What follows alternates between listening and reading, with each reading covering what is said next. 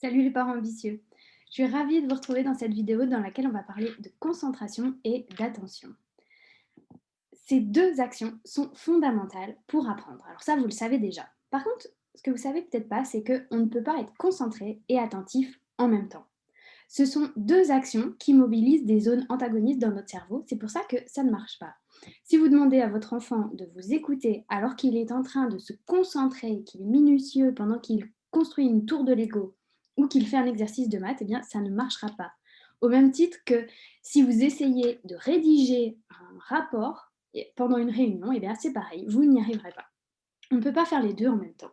L'autre chose qu'il faut savoir, c'est que ces deux activités sont très coûteuses en énergie. Donc, si votre enfant vous dit non, mais moi je suis fatigué pour faire mes devoirs, c'est trop fatigant, j'y arrive pas, eh bien c'est pas du flan, c'est vrai, c'est fatigant.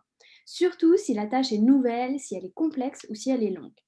Alors, la meilleure des astuces, eh bien, c'est de faire des pauses. Alors là, vous dites, wouhou, super, quel scoop! Là, j'ai appris quelque chose, hein, il faut faire des pauses. Bon, alors attendez, pas n'importe quelle pause, parce que si votre enfant va jouer au Lego dès qu'il a retenu 3 vers de sa poésie, non seulement vous allez y passer des heures, mais en plus vous allez batailler pour le motiver à apprendre les 3 vers suivants et à revenir à son bureau, etc. Alors, ce que je vous propose, c'est d'utiliser des tomates. Oui, vous avez bien entendu, des tomates. Alors, vous connaissez peut-être la méthode des Pomodoro. C'est une méthode de gestion du temps qui a été développée par Francesco Cirillo dans les années 80. Et en gros, le cœur de cette méthode, c'est simplement de diviser le temps de travail par intervalle de 25 minutes. En gros, il y a 25 minutes de travail, 5 minutes de pause. Ça, c'est un cycle de Pomodoro. Et au bout de 4 cycles, eh bien, on fait une vraie pause d'1 heure. Ça permet de rester focus, attentif et concentré sur une tâche. Alors, moi, ce que je vous propose, c'est un petit remix, on va dire, de cette méthode adaptée pour les enfants. Alors, comment ça fonctionne?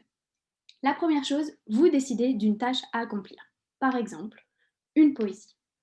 Vous décidez que chaque tomate correspond, par exemple, à 3 ou 5 vers de la poésie.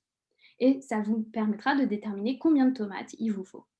Ensuite, vous déterminez le temps de travail, c'est-à-dire que chaque tomate doit correspondre à un temps donné. Selon l'âge de votre enfant et selon ses capacités attentionnelles, eh bien, vous faites 3 minutes par tomate ou 10 minutes ou plus selon son âge.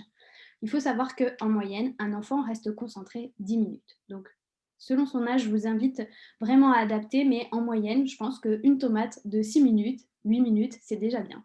C'est déjà énorme même. Ensuite, vous dessinez sur une feuille les 3 ou les 4 tomates que vous avez déterminées. Et puis après, on rentre dans le vif du sujet. Vous lancez le minuteur. L'enfant reste concentré sur sa tâche pendant toute la durée du minuteur. Et quand le minuteur sonne, ça y est, la tâche est terminée.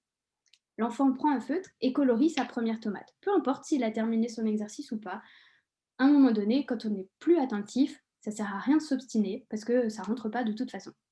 Donc on fait une pause, mais là on ne fait pas n'importe quelle pause. On ne va pas aller jouer ou commencer une activité super motivante parce qu'il y a encore 2 ou 3 autres tomates qui nous attendent derrière. Donc on va s'étirer, on va se mettre en mouvement, on va aller boire un verre d'eau et toutes ces petites actions-là vont nous permettre de remobiliser nos capacités d'attention et de concentration pour les prochaines tomates. Et justement après, on enchaîne avec la tomate suivante.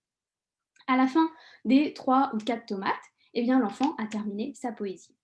Donc j'espère que cette astuce vous plaira. Vous pouvez aussi l'utiliser pour l'ensemble des devoirs. Par exemple, une tomate égale un exercice de maths, la deuxième tomate, la poésie, la troisième tomate, une dictée à préparer, par exemple. Donc voilà, je vous invite à tester ça et puis n'hésitez pas à me faire vos retours et à me dire comment votre enfant a accueilli la chose. Si jamais vous avez besoin de plus d'astuces, plus de concret, des outils vraiment adaptés à votre enfant, je vous invite à rejoindre la formation Enfin l'heure des devoirs parce que c'est une formation complète qui va vous permettre d'aider votre enfant à mieux apprendre. Et cette méthode, elle est basée sur la méthode des Power Devoirs, dans laquelle justement on va d'abord dresser le profil d'apprentissage de votre enfant, voir ses points forts, les points à améliorer, et ensuite, en fonction de ce profil, eh bien, vous allez déterminer une façon d'apprendre, vous allez lui proposer des outils 100% adaptés, tout est dans la formation, et ça va vous permettre de remettre du plaisir dans les apprentissages, de l'aider à mieux se concentrer, à mieux mémoriser, mais aussi à se motiver pour faire les devoirs, à gérer le stress pendant les contrôles. Bref, moi je dis que ça permet de faire pétiller les devoirs et j'espère que vous en profiterez un maximum. Moi je vous dis à bientôt dans une autre vidéo.